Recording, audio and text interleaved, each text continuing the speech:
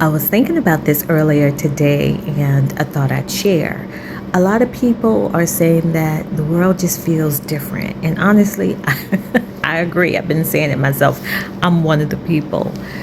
Everything feels different, like the people in general, and relationships, families, friendships, all of that just has this different feeling now. Even the work environment, everything is reflective of what's going on. Everything just feel like it has shifted. And I don't think we're watching people become somebody new. I think we're watching people become more visible. We're finally seeing what was always there, who they always were. For example, many of us were taught to ignore our intuition, and we were taught to keep peace. At least I know I was. Valerie, don't rock the boat. Don't make anybody uncomfortable. Don't bring attention to things. Don't talk about this. Don't do that. Just smile, be polite, move on, be sugar and spice and everything nice. Even when something didn't sit right, even when somebody's behavior didn't match their words. And I saw that so much in my life. Even when I saw red flags, even when you see them, you know something is off. And a lot of us have learned to talk ourselves out of what we know. And now people are just not hiding it anymore. The coworker who smiled in your face and suddenly comfortably starts showing you exactly how they think about you. Or maybe it's the family member who claimed they loved everybody suddenly has have conditions attached to how they love you. Or maybe you had a friend that used to seem so cheerful and happy to be around you, but now they're irritated. People are just changing.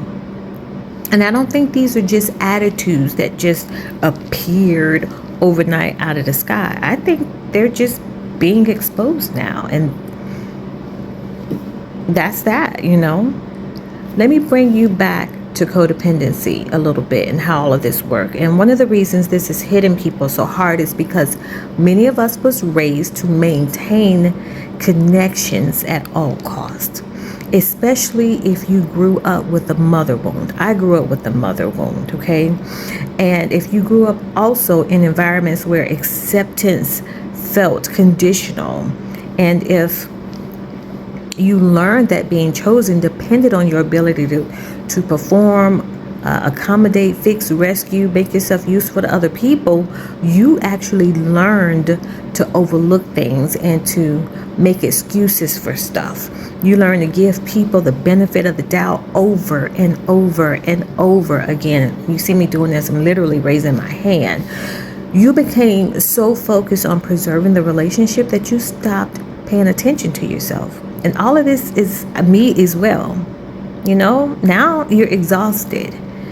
And it doesn't mean that, you're doing something wrong because you're feeling that way. No, you've been carrying everything. And I mean things like relationships, burdens. That stuff was never designed to be carried by you, not by one person. And I see this all the time.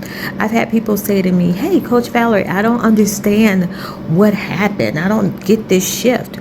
My family, they feel different. My friendships feel different. Everything at work just seems so chaotic all of a sudden. Everything there is just it's not the same. And sometimes the answer is simple. The relationship didn't change. Your awareness did. That's what happens. You finally start seeing what was there and you stop explaining away behavior that should have been addressed years ago.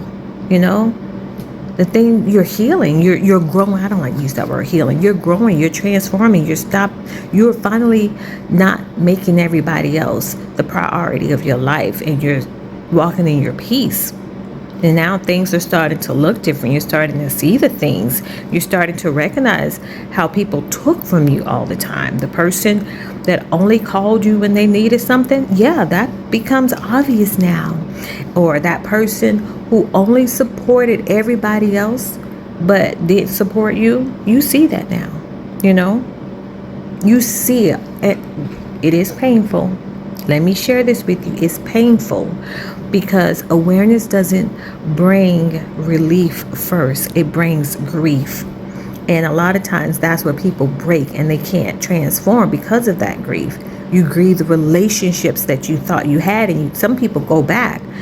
You grieve the family dynamic that you thought was that existed. You grieve the friendships that you have invested so much time in, and the version of people that you believed in.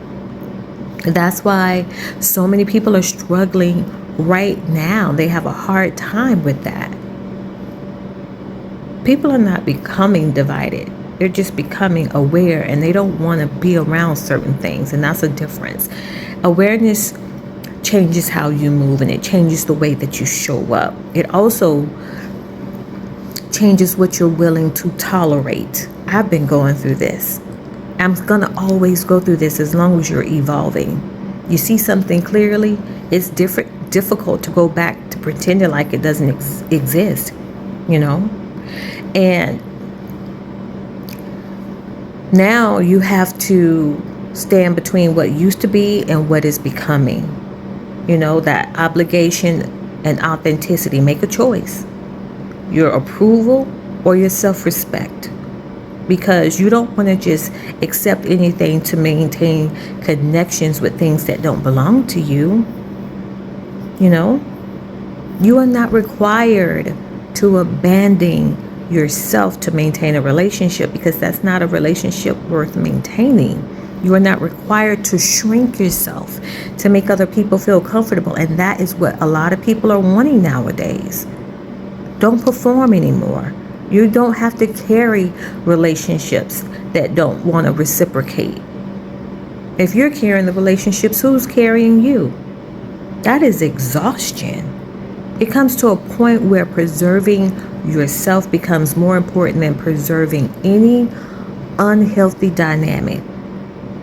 And for many people, including myself, that point has arrived. The truth is, social division isn't just exposing other people, it's exposing where we've betrayed ourselves also. It's exposing where we've stayed too long in things that we shouldn't have been in, and where we've tolerated way too much.